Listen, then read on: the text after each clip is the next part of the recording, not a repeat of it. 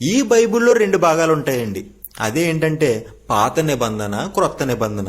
ఈ పాత నిబంధన అంటే ఏంటంటే పరలోకమందున్నటువంటి దేవుడు ఇజ్రాయేలీలు అనేటువంటి ఒక వంశంతో చేసుకున్నటువంటి నిబంధనే పాత నిబంధన. మరి క్రొత్త నిబంధన అంటే ఏంటంటే పరలోకమందున్నటువంటి దేవుడు యేసుక్రీస్తు ద్వారా ప్రపంచం అందరితో చేసుకున్నటువంటి నిబంధనే ఈ క్రొత్త నిబంధన.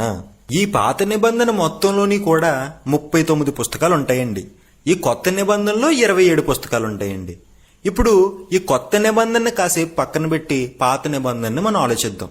ఈ పాత నిబంధనలో ఉన్నటువంటి 39 పుస్తకాలు కూడా మనకి క్లియర్గా అర్థం కావాలంటే ఈ 39 పుస్తకాలని మనం 5 భాగాలుగా విభజిద్దాం.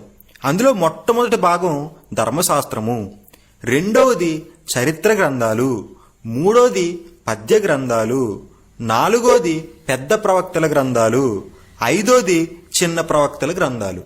ఇప్పుడు ఇందులో ఉన్నటువంటి ప్రతి భాగాన్ని మనం క్లియర్ కట్గా ఆలోచిద్దాం. అందులో మొదటిది